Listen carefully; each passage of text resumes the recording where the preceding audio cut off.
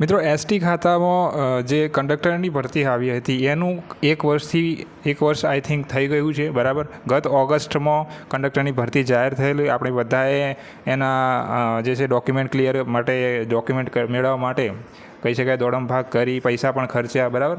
અત્યાર સુધી એસટી ખાતાનું કહી શકાય કે એટલું ઢીલું કામકાજ રહ્યું છે કે એની કોઈ અપડેટ આવી નથી. અપડેટ આવી તો કેવી આવી કે જે એસટીમાં કહી શકાય કે 3342 જગ્યાની ભરતી જાહેર કરેલી, તેમાં 922નો જ ઘટાડો થયો છે. હવે એ જે અપડેટ આવી છે, મતલબ કંઈ સારી અપડેટ તો આવી નથી, પરંતુ આ એક અપડેટ આવી છે. જે પણ જે કહી શકાય એસટીમાં કંડક્ટર બનવાની રાહ જોઈને બેઠા હતા એમના માટે આ એક કહી શકાય ખોટી અપડેટ છે, સારી અપડેટ નથી, બરાબર. હવે એસટીમાં 2322 જગ્યા જે ભરવામાં આવશે.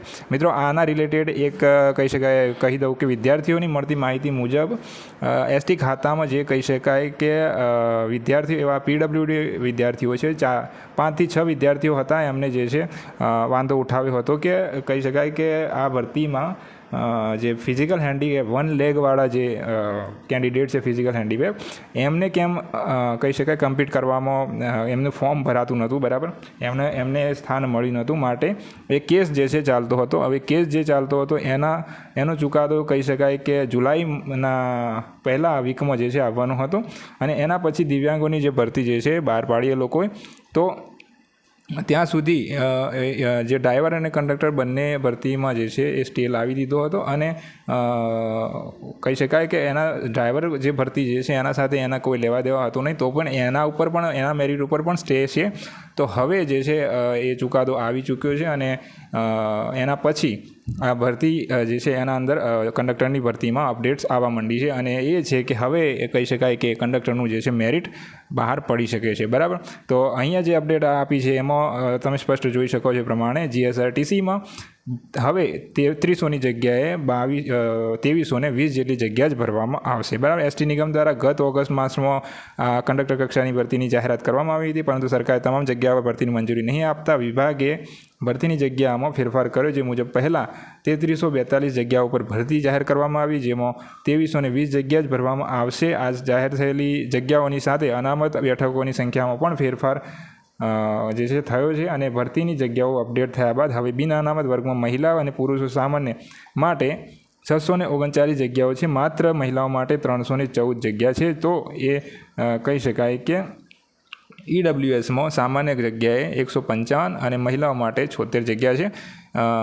એસસીબીસીમાં 420 સામાન્ય જગ્યા અને કહી શકાય કે મહિલાઓ માટે 206 જગ્યા છે. એસસીમાં સામાન્યમાં એટલે કે પુરુષમાં જે છે 109 જગ્યા છે અને મહિલાઓ માટે 53 જગ્યા છે. એસટીમાં કહી શકાય એ જ રીતે 234 અને મહિલાઓ માટે 114 જગ્યા છે. મિત્રો ખાસ કરીને યાદ રાખજો કે સૌથી કહી શકાય કે ઢીલું કામકાજ જે છે એ આપણા એસટી ખાતાનું છે, અને 1 વર્ષથી પણ વધારે જે છે વીતી ગયું છે, અને આપણે આના અંદર કોઈ પણ અપડેટ ના હોય તો એ બહુ કામ ચલાવવું પણ કામ ના કહેવાય, અને એટલા માટે આના અંદર આપણે જે છે કહી શકાય કે જાગૃત થવાની ખરી જરૂર છે. અને જે વિદ્યાર્થીઓ અત્યાર સુધી રાહ જોઈને બેઠા હતા એમને જે છે માહિતી આપી એ પ્રમાણે જાણવા મળ્યું કે આ કેસ જે છે દિવ્યાંગો માટે ચાલતો હતો, એટલા માટે એ કેસનો ચુકાદો આવ્યા પછી દિવ્યાંગો માટે એ લોકોએ ભરતી જે છે બહાર પાડી, અને હવે જે સામાન્ય જગ્યાઓ હતી એમાં પણ ઘટાડો થયો છે. તો તમે વિચારી શકો છો કે આ જે છે કેટલું કામકાજ ભરતીના કામમાં કેટલું ઢીલું થઈ રહ્યું છે. ત્યારબાદ મિત્રો જે ઓફિશિયલ અપડેટ છે એ અહીંયા આ પ્રમાણે છે, તમે જોઈ શકો છો કે કહી શકાય કે 2320 જેટલી જગ્યા છે, અને આ બિન અનામત જગ્યાઓ ઈડબ્લ્યુએસની જગ્યાઓ, ઠીક છે, આ ઓબીસીની, એસસી એસટી અને કુલ જગ્યાઓમાં માજી સૈનિકની 232 અને દિવ્યાંગ માટે 92 જગ્યાઓ છે. તો આમાં જે છે જગ્યાઓને ઉમેરીને હવે જે છે પરીક્ષા ઓછામાં ઓછા 10 દિવસ પહેલાં એને બહાર પાડવામાં આવશે, બરાબર. તો આશા રાખું છું તમને આ અપડેટ્સ ગમી હશે. આપણે કહી શકાય કે ઘણી બધી 5-6 અપડેટ્સ મિક્સ કરીને એક વિડીયો બનાવે. જો આ ટાઈપની સિરીઝ તમને પસંદ આવતી હોય તો આપણે આ વિડીયો આ પ્રમાણેના અપડેટ્સવાળા વિડીયો લાવતા રહીશું. અને જો આ વિડીયો ગમે હોય અને આવા જ વિડીયો તમે ઈચ્છતા હોય તો આ ચેનલ ઉપર જરૂરથી જોડાઈ જજો અને ચેનલને સબસ્ક્રાઈબ કરી દેજો.